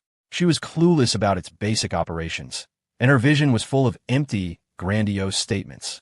The board members listened, their disapproval clear. When it was my turn, I presented concrete data and a well-reasoned plan for how I would lead the company's growth. The result was, of course, a landslide victory for me. I was elected chairman of the Linwood Group by a high margin. Subsequently, I renamed the company Cole Enterprises. It was the name of my father's old company. After the official announcement was made, it marked the overnight collapse of the Linwood empire. Chloe got into another huge fight with me over the name change. But it was useless. I was the chairman. My decisions were final. I was now managing 2 companies, and the one I had started was preparing to go public. I was so busy with work that I had no time to pay attention to what Chloe was doing. Before I knew it, 2 months had passed. Chloe called me. I need to see you. We didn't really have anything to talk about, but there was one last score I needed to settle with her. I was also curious to hear what she had to say. In a private room at a tea house, I saw a figure completely bundled up. A hat, sunglasses, a mask, and a coat that reached her ankles, covering her from head to toe. It was impossible to recognize who it was. Ethan, she spoke, and I recognized her voice. I gave a sarcastic laugh. Is that you, Chloe? Dressed like this? How do I know you're not an imposter? When she took off her sunglasses and mask, I almost didn't recognize her. Her eyes were sunken, with dark circles so large they were startling. Her cheeks were gaunt and pale. She looked utterly haggard. Was this worn-out, disheveled figure really the same spoiled, arrogant, and domineering Linwood heiress? The change was drastic. In the past, she always wore loud, heavy makeup and fashionable, high-end clothes. When she walked, she held her head high, looking down on the world from a 45-degree angle. Now, she had the brim of her hat pulled down low, and she sat hunched over, as if trying to make herself as small as possible, afraid of attracting any attention. She used to love wearing clothes that showed off her chest, waist, and legs, displaying her sex appeal from every angle. Today, her clothes were so long they covered her neck and ankles, as if terrified of being recognized. It was normal for Chloe to look this way. After her parents were arrested, she tried to fight me for control of the company, but she knew nothing about management and was soundly defeated. Her mental state had already taken a huge hit then. She didn't believe her parents were guilty and hired expensive lawyers, trying to get them out. But she was clueless about everything and ran herself ragged every day. For someone who had never had a worry in her life to suddenly be burdened with so much, it was no wonder she was a wreck. Chloe looked at me and managed to smile, but it was uglier than crying. The lawyer said my parents might not get out for the rest of their lives. I smiled. Not get out? They might get the death penalty, because my father didn't commit suicide by jumping off that building. He was pushed by them. The reason was that my dad had discovered the Linwoods' plot to ruin our company. My dad went to confront him, furious. So they killed him to silence him, and then claimed he had jumped due to overwhelming debt. When I got to my dad's side, he was already gone. I knelt beside his broken body, looking at his unrecognizable face, screaming Dad, but he could never answer me again. His eyes were wide open, staring at the gray sky, as if he had a million things to tell me, but would never get the chance. Mrs. Linwood was beside me, weeping dramatically. Mr. Linwood, with a look of profound grief, said to me, "Your father came to me specifically, begging me to take care of you and your mother." I thought he was just overwhelmed by debt and preparing to go to prison. I never imagined he would take such a drastic step. If I had known, I would have stopped him, protected him. It was my negligence. Ethan, I'm so sorry. Their crocodile tears fooled countless people. But they didn't fool me, because I knew my father was a strong man. He would never abandon my mother and me over debt. Mr. Linwood was a cunning old fox. He had erased all traces of his involvement, and there were no security cameras at the scene. So although I suspected him, I had no proof. The police investigation at the time found no evidence of foul play, so he couldn't be brought to justice.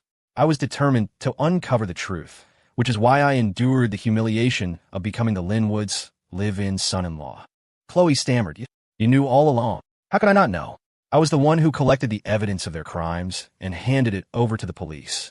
It took me 5 whole years to find everything.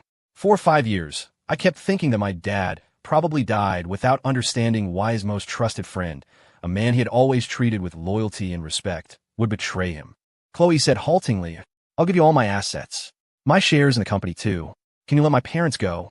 Let them go. I felt like I had just heard the biggest joke in the world. Chloe nodded eagerly. If you just sign a letter of forgiveness, my parents won't get the death penalty. I asked her, Tell me, what reason do I have to forgive my father's murderers? I'll give you all my money. My dad's, my mom's, and mine, all of it. This woman was truly naive. Do you think I care about your money? I said with contempt. Besides, even if your parents are sentenced to death, they will still have to pay me restitution. I stood up to leave. Chloe blocked my way. Ethan, please, I'm begging you. Her face was etched with anxiety, her eyes shimmering with tears, as if she was about to break down crying at any second. I felt no pity for her. 5 years ago, I was just as anxious. I had begged her with tears in my eyes, and what did I get in return? Endless verbal abuse and humiliation. What are you offering me to beg with? I asked coolly. Chloe spoke quickly. I'll give you everything, and the baby I'm carrying is yours. For the sake of our child, please spare his grandparents. I found this hilarious. You told me yourself the baby isn't mine. I was just trying to make you angry. Ethan, you know I love you very much. Oh, I know, I said sarcastically. Because you love me, you insult me, berate me, and beat me.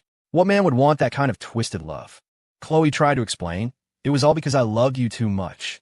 Maybe my way of showing it was wrong, but I really do love you. I cut her off.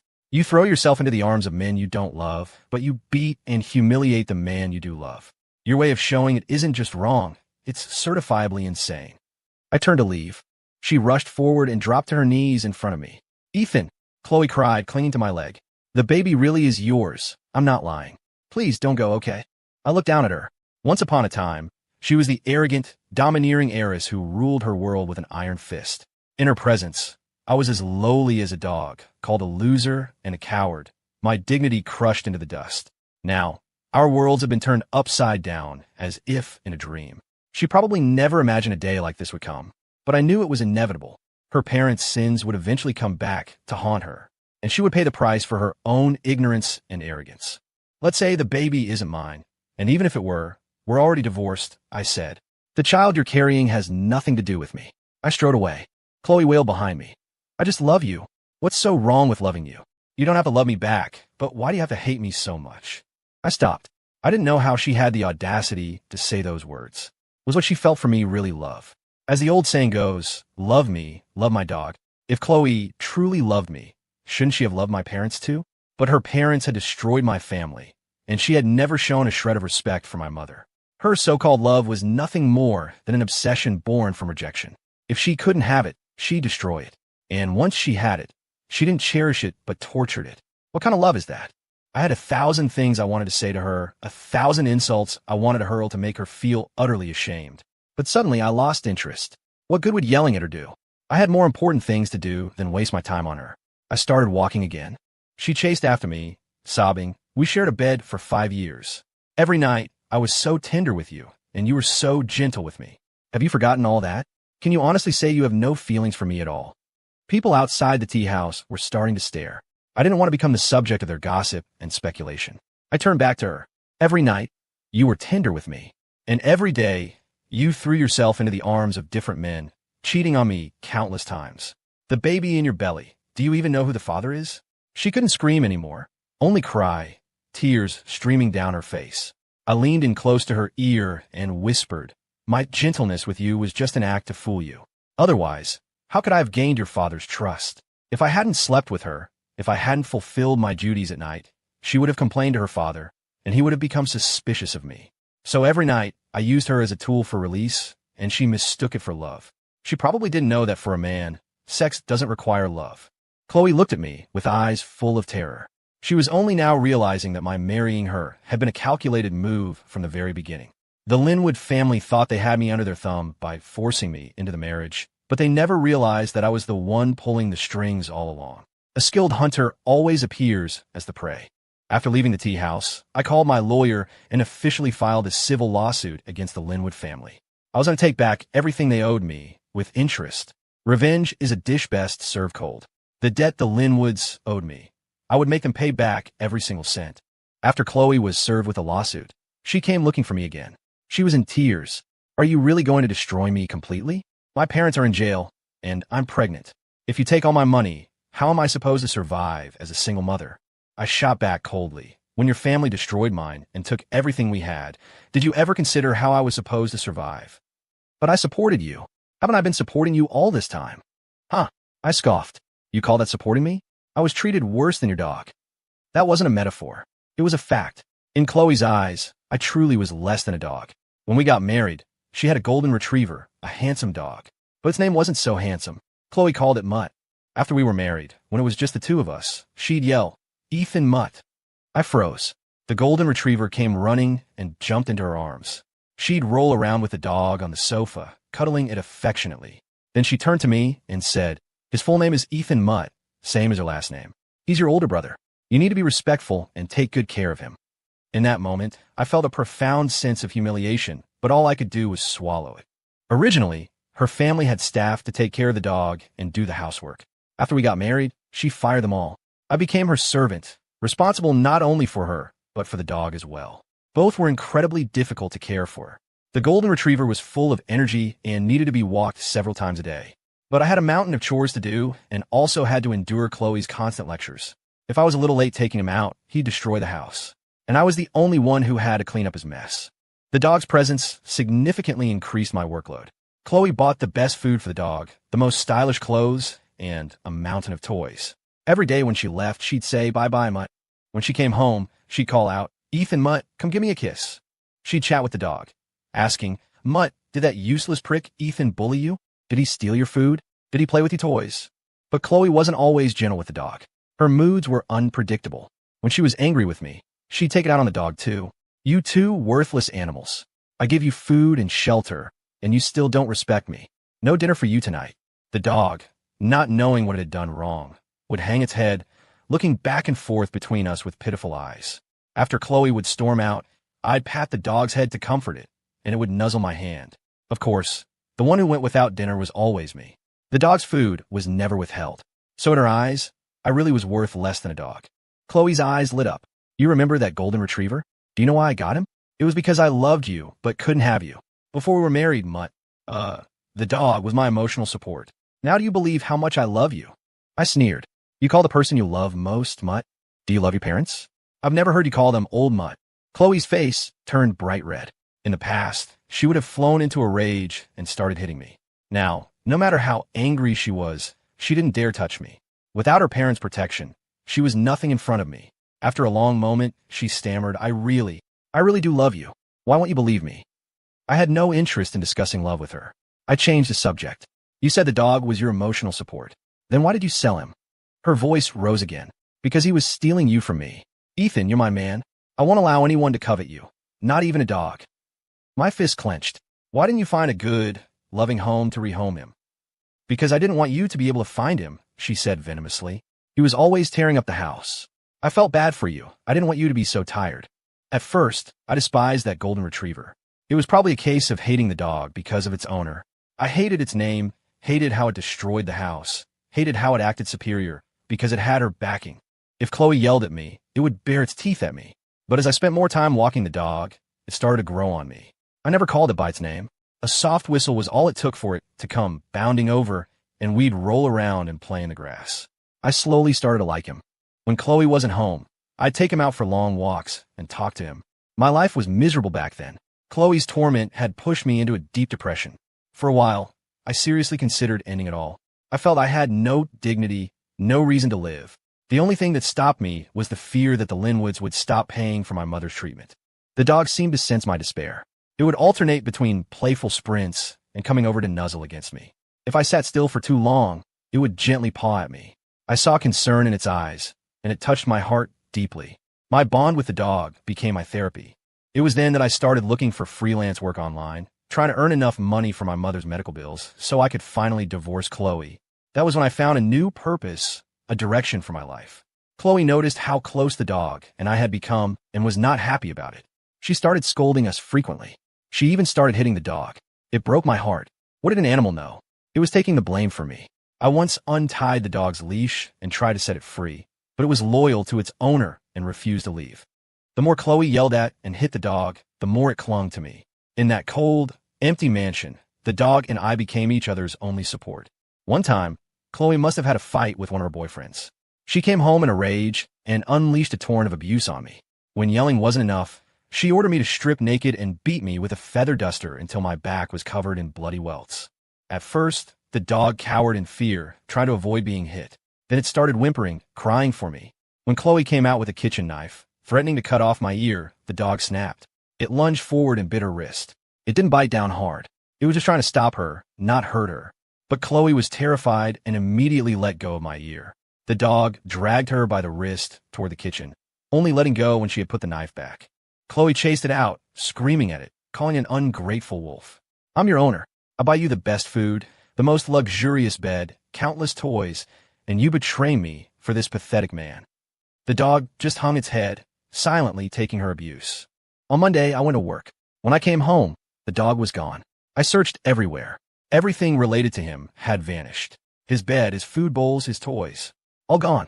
A terrible feeling washed over me. When Chloe came home that night, I asked, "Where's the dog?" She slapped me across the face. Your wife comes home, and you don't even greet her, but you ask about a dog? What? Is he your wife now? After she was done hitting and screaming at me, she said nonchalantly, I sold him. My heart stopped. Why did you sell him? Who did you sell him to? Chloe sneered, an ungrateful beast. Why would I keep it? I sold it to a meat dealer. Oh, by the way, pick up some dog meat tomorrow. I'm craving it. In that moment, I wanted to strangle her. It took every ounce of my self-control not to. I told myself, the debt Chloe owed that dog, I would collect it on its behalf. Now, thinking about the dog, the hatred I felt for Chloe was still raw. I remember every single thing your family has done to mine over the years, I told her.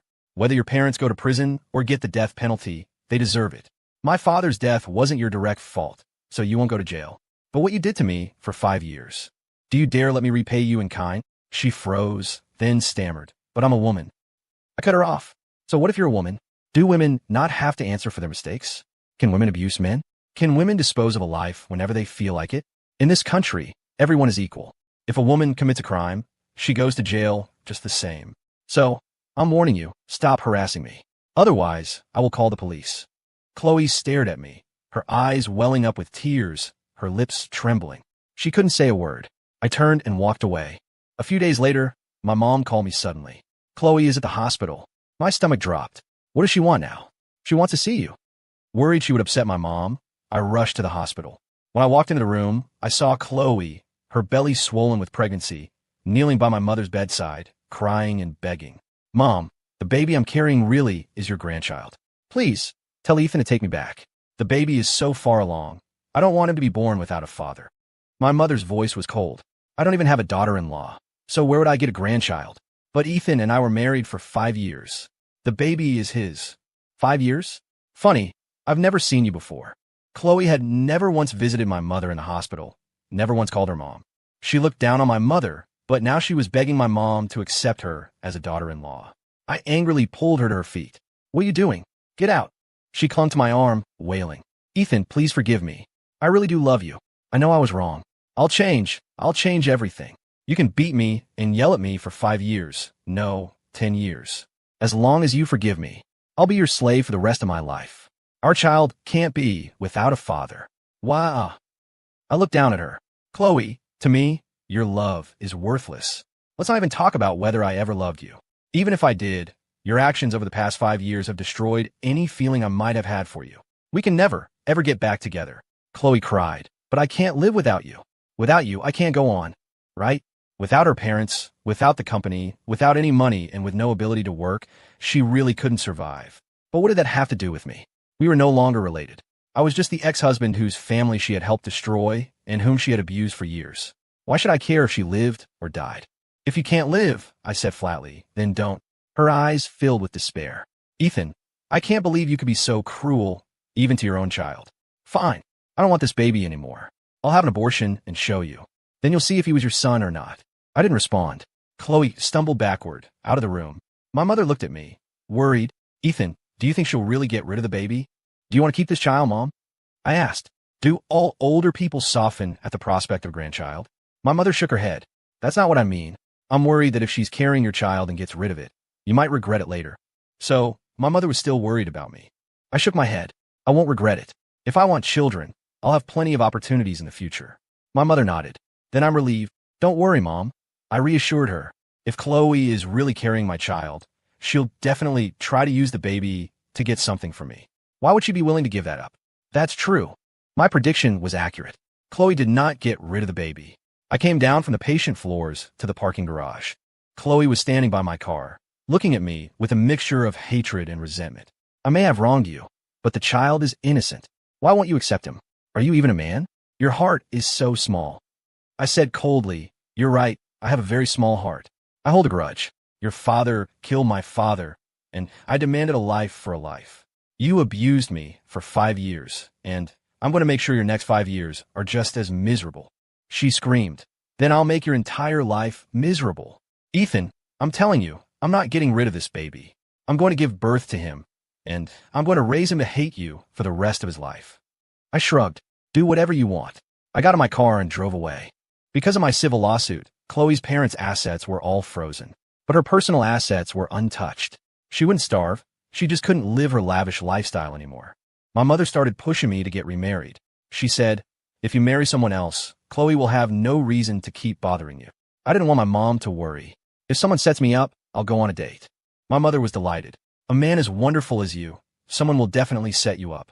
A few days later, my mother called me. My doctor says she has a relative, a very nice girl. You two should meet, see if you have a connection. I had to agree. This weekend, then? I'm a bit busy the next few days. Okay, I'll tell the doctor. On Friday, my mother reminded me, get a haircut and buy a new outfit. Go to bed early tonight. Don't stay up late. You don't want dark circles under your eyes. Look sharp for your date tomorrow. And be generous with the girl. Whether you like her or not, treat her to a meal. It's good for your reputation. I agreed to everything, and so I actually went on the blind date. The woman wasn't stunningly beautiful, but she was attractive. She wore no makeup and was dressed casually. I got straight to the point. I'm divorced. Divorce isn't a crime, she said, and there's no law that says divorced people can't remarry. She was an interesting woman. Why did you agree to a blind date? I asked. My sister is always talking about how impressive you are. I wanted to see for myself just how amazing you are. Your sister? She grinned. She's your mother's doctor. I was speechless. The doctor had said it was her relative, not her younger sister. What do you do for work? I asked. I teach dance to little kids. After talking about her work for a bit, I changed the subject. Do you know about my situation? She nodded. I know everything. My sister was telling my mom about it, and I happened to be there. Since she knew everything about me, I felt I could relax. To be honest, after 5 years of abuse from Chloe, any woman seemed kinder and more beautiful than her. And this woman exuded confidence and smiled easily, which was very charming. I thought, a woman who smiles like that can't have a bad temper. In the end, we both agreed to give it a try. A woman who smiles has a contagious energy. Every time we met, she would run towards me with a bright smile, sometimes even doing a few light, graceful dance moves. I found myself smiling back without even thinking about it. After just a few dates, we became much closer, I would hold her hand, and she would link her arm through mine. I realized this was what it felt like to be in love. It was funny, really. I had been in marriage for 5 years, but I had never known the feeling of being in love. This was my first real romance. It felt wonderful. Just thinking about her smile made me smile. I wanted to be with her all the time. Happy days fly by. Before I knew it, several months had passed. One day, my mother called and asked me to come to the hospital. When I arrived, I saw Chloe in the room, holding a baby. By my calculations, she should have given birth, but she was still in her postpartum recovery period.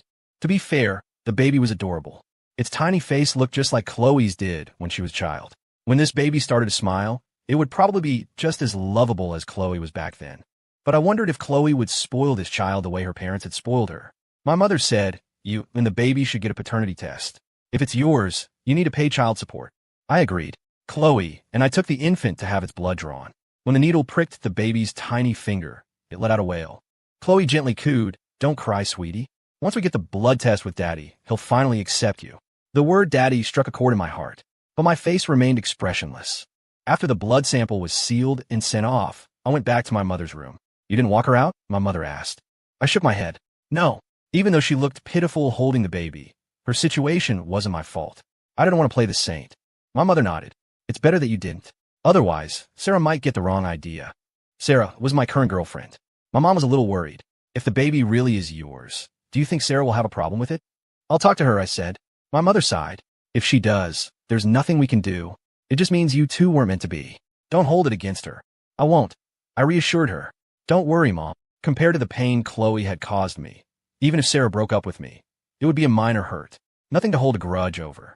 After I talked to Sarah, she asked, "The paternity test results aren't back yet, right?" "No, it'll take a week. Then it might not even be yours. And what if it is? Then you pay child support. The baby is innocent, and it's not like you can't afford it." Her response made me laugh. "You're so kind." If it had been Chloe, finding out another woman had my child, even if it wasn't confirmed, she would have raised hell. She would have not only beaten me, but gone after the other woman as well. Sarah was so much kinder than her. Sarah tilted her head playfully and smiled. Kindness is human nature. As the old saying goes, people are inherently good. I laughed out loud, but my mind drifted to the little girl Chloe used to be, so sweet and adorable, always laughing and talking. But she grew up to be someone completely unrecognizable. Yes, people are inherently good, but nature is similar. Habits are what set us apart. Without proper guidance, nature changes. The ancient wisdom was so true. Chloe's parents bore a great responsibility for the person she became. The paternity test was mailed to Chloe's address.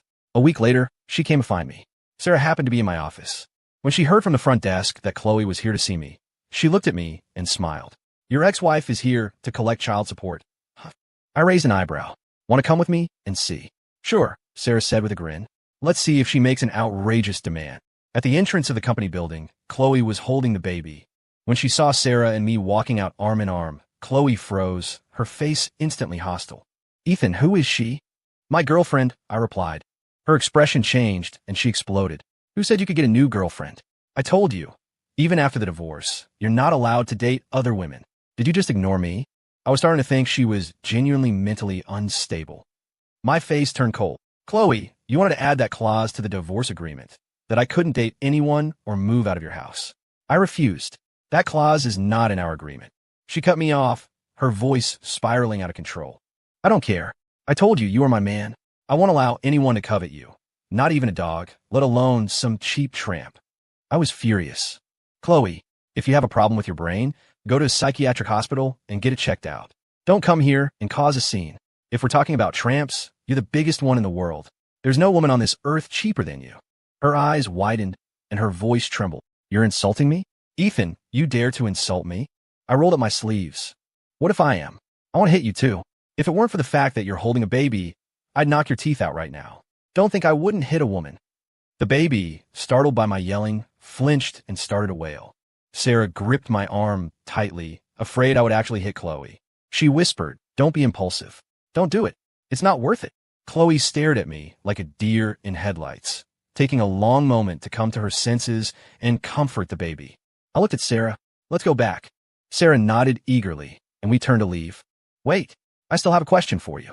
Chloe ran in front of me, throwing the paternity test results at my chest. She screamed, "Give me an explanation. Why isn't the baby yours? Why? I picked up the report and saw that it confirmed there was no biological relationship between me and the child. I answered calmly, I didn't want you to get pregnant with my child. So whenever we were together, afterward the vitamins you took, I replaced them with birth control pills. Back then, she took her pills and drank her water from my hand. She never bothered to look closely at what she was taking. Chloe's eyes widened in shock. So that's why? No wonder we were married for 5 years, and I never got pregnant. But you never suspected me. You just called me a useless, impotent loser. How many times had she, in a bad mood, berated me for being unable to give her a child? Chloe was stunned for a long moment. Then she looked confused again. But I did get pregnant in the end. If this child isn't yours, then whose is it? I shrugged. You used to come home drunk all the time. Can you really not remember who might have touched you? She stared at me, completely blank. Back then, Chloe would constantly switch boyfriends and bring them home to provoke me, to make me jealous, to humiliate me. If I had loved her, I probably would have gone insane with rage. But unfortunately for her, I felt nothing for her, so no matter how intimate she was with those men, I felt not a single ripple of emotion. The only one who lost out in that game was her. She probably thought she was in complete control, but a woman's games are no match for a man's cunning. She had fallen into a trap without even realizing it. And now, she didn't even know who her child's father was. Chloe stood there, holding her crying baby, looking utterly lost. She walked away like a ghost. Sarah let out a sigh and wrapped her arms around my waist. Those 5 years must have been so painful for you. I patted her hand. The only one who lost out in that game was her. She probably thought she was in complete control, but a woman's games are no match for a man's cunning. She had fallen into a trap without even realizing it. And now, she didn't even know who her child's father was. Chloe stood there, holding her crying baby, looking utterly lost. She walked away like a ghost. Sarah let out a sigh and wrapped her arms around my waist. Those 5 years must have been so painful for you. I patted her hand. To endure 5 years of pain in exchange for meeting someone as sweet as you. I think it was worth it. Sarah blushed. Oh, you're saying sweet things now. That's so cheesy. I smiled. It turned out I was capable of saying sweet things after all. Soon after, the verdicts for Chloe's parents came down. Her father was the main culprit in my father's murder and was sentenced to death. Her mother was an accomplice because she had also helped push my father and was sentenced to life in prison. I also won the civil compensation lawsuit, and all of the Linwood's personal assets were awarded to me. I went to my father's grave to burn paper offerings to tell his spirit he could rest in peace. Sarah came with me. As she burned the papers, she said, Uncle, Ethan has been through so much these past few years, but he's finally found happiness and gotten justice for you. Please don't worry. I'll take good care of him from now on. I turned my head to look at her. The firelight flickered on her cheeks, making them glow. She was so beautiful. In that moment, I knew I had to marry this wonderful woman. Not long after, Sarah and I held our wedding. Because I had been using the best medicine for my mother, her health had slowly improved, and she was finally discharged from the hospital. She came back to the new house I had bought, nodding her head and saying, Good, good. We have our own home again. My eyes grew misty. After my father passed away, my mother lived in a hospital. I lived in Chloe's house like a dog. For 5 years, we were homeless.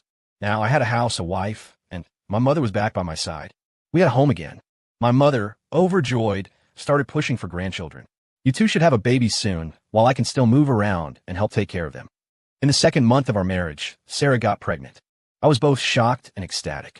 My mother was even happier, asking Sarah every day what she wanted to eat, worried about her appetite, and cooking all sorts of different dishes for her. After 10 months, my wife gave birth to a healthy 8-pound baby boy. My mother held him and cried. Old man, we have a grandson. Our son is so capable. He even got the company back, and it's much bigger than our old one. Tears welled up in my eyes, too. These were tears of joy, of happiness, of knowing that after all this suffering, good people are rewarded in the end. However, our happiness only served to highlight Chloe's tragedy. She had been arrested and sent to prison, sentenced to life.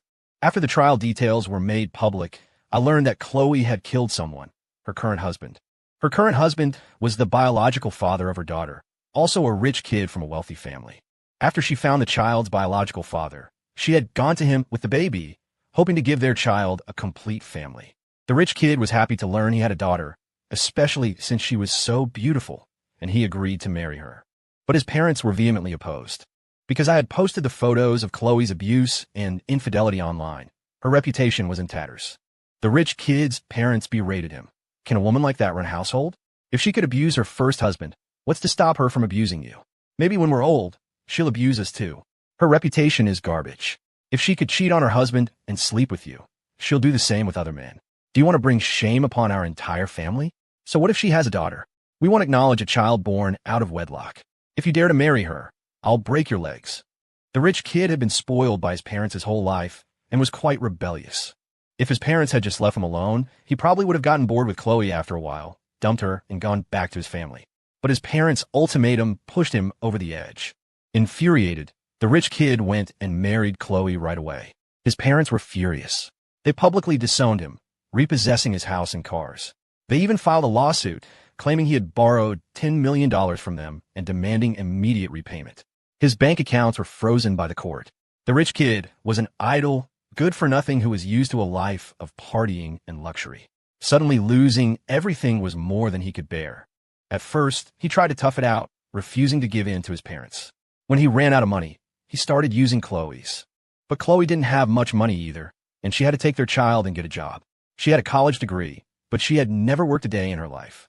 At almost 30 years old, with no work experience, no skills, and a 1-year-old child, no company would hire her. With the scandal of her domestic abuse, even kindergartens wouldn't hire her as a teacher's aide. In the end, she could only find work as a street sweeper.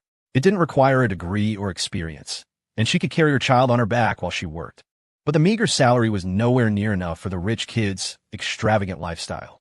$2,000 or $3,000 a month wouldn't even cover an afternoon of his poker games. When the rich kid ran out of money, he would demand it from her. If she didn't have it, he would beat her. He would try to force her to sell her house. Chloe's mansion was once worth a lot, but with the housing market down, it wouldn't sell for much. Besides, she knew that if she sold it, the money would be immediately gambled away by him, and she and her child would be left with nowhere to go. Because Chloe refused to sell the house, she was often beaten black and blue. She couldn't take it anymore and asked for a divorce. This enraged the rich kid. He screamed, "I got kicked out of my family because I married you. Now you've left me with nothing, and you want to dump me? Dream on." He grabbed her by the neck and slapped her repeatedly, sometimes hitting her face, sometimes the child's. The baby's cries were heartbreaking. Hearing her child's screams, Chloe stomped on his foot with all her might. This only made him angrier. He picked her up and slammed her to the ground. The child fell from her arms, landing headfirst on the concrete floor. Chloe also fell. She scrambled up and saw her child's head covered in blood, not even crying anymore. She shrieked in terror, baby, what's wrong? Don't scare mommy." The rich kid was also terrified, staring blankly at them. Chloe, in a panic, called for an ambulance. But when the paramedics arrived, they checked the child and shook their heads sadly. There are no signs of life. Chloe refused to believe it and insisted on taking the child to the hospital. But the baby's body grew colder and colder. At the hospital, the doctors could do nothing. Chloe returned from the hospital in a daze. The rich kid was sitting there drinking, as if nothing had happened. "Where the hell have you been?" he asked. Chloe didn't speak. Her mind was completely consumed by her daughter. Such an adorable little girl, gone just like that. She was too grief-stricken to even cry. But the rich kid got angry. He lunged at her and started hitting her. "I asked you where you've been. Were you out screwing some other guy? Answer me. Speak." He grabbed her by the hair and punched her in the face again and again. Chloe's eyes were swollen shut, her head throbbing. She thought of her daughter's tragic death, and the realization that this man was going to beat her to death as well. A surge of rage, born from desperation, washed over her. She grabbed a wine bottle from the table and smashed it over the rich kid's head. With a sickening thud, the rich kid was stunned. His head was spinning. A moment later, he came to his senses, even more furious than before. After smashing the bottle, Chloe used the opportunity to run for the door. But before she could reach it, the rich kid caught up to her, tackled her to the ground, and started kicking her repeatedly. He then picked up a chair and started smashing it over her body. Chloe's screams filled the air until she eventually lost control of her bladder. The rich kid slipped on the puddle of urine and fell. He tried to get up, but slipped again. Chloe, coming to her senses, grabbed the broken bottle and started smashing it into his head with all her might. She didn't know how many times she hit him or what kind of damage she was doing. All she could think was, "I can't let him get up." Just then, with a loud bang, the door burst open. Several police officers rushed in, followed by the rich kid's mother. It turned out that when Chloe had taken the child to the hospital, the rich kid had called his mother. He had said, "Your granddaughter fell. I don't know if she'll make it. When Chloe gets back, she's probably going to kill me." If I die, my debt to you is paid. Although his mother was angry with him for marrying Chloe, he was still her son. When she heard that someone might die, she panicked. She called the police and rushed over. When she arrived at Chloe's house, her son didn't answer his phone. The police knocked, but no one opened the door, so they broke it down. They entered to see Chloe repeatedly smashing a broken bottle into the rich kid's head. The police quickly pulled her away and restrained her. The rich kid's mother went to check on her son and found that he wasn't breathing. She let out a heart-wrenching wail. She pointed at Chloe. "Why did you kill my son? Why?" At that point, Chloe wanted to die too. She said, "He killed my daughter. I wanted him to pay with his life." Later, during the interrogation, Chloe told the full story, that she had been beaten so badly by the rich kid that she had lost control of her bladder before she fought back. Technically, it was a case of excessive self-defense, which shouldn't have resulted in such a heavy sentence. But the rich kid's parents didn't believe her story. They claimed she was lying, that she had premeditated the murder of their son, and they strongly demanded the death penalty. In the end, the court sentenced Chloe to life in prison. After reading the news report, I didn't feel the relief of a long-awaited revenge. Because no matter how many years Chloe spent in prison, even if she had been sentenced to death, it wouldn't bring my father back. My father shouldn't have died. If he were still alive, he would be walking hand in hand with my mother, playing with their grandchild. How happy they would have been. All because of Chloe's obsession with me. My father died young. My mother was hospitalized for years, and I endured 5 years of her torture. The fate she met today, I can only say, was her karma. My phone rang. It was an unknown number. I answered. "Hello? Mr. Ethan Cole? I'm the lawyer representing Miss Chloe Linwood." My voice turned cold. "You must have a wrong number, sir. I have no connection to Miss Linwood." "There's no mistake," the voice on the other end said. "Ms. Linwood said that she is sorry for what she did to you and your parents. She likely won't be getting out of prison in this lifetime. She wants to transfer ownership of her house to you as a form of compensation." I let out a short laugh. She just wants to ease her own conscience. You could see it that way, Mr. Cole. Ms. Linwood also said that if you do not accept the house, she asks that you sell it for her and donate the money to an orphanage and to organizations that care for stray dogs. I thought of her child who had died so young, and I thought of Mutt. I agreed. I sold Chloe's house. I donated half the proceeds to an orphanage and the other half to animal rescue organizations. It took several busy days to get everything settled. I came home, and my wife called out to me, "Honey, come hold our son. He wants you. Coming." I ran over, lifted our child high into the air, and an image flashed in my mind of my own father lifting me onto his shoulders when I was a child. "Dear Dad, I hope that in the next life, we could be a family again."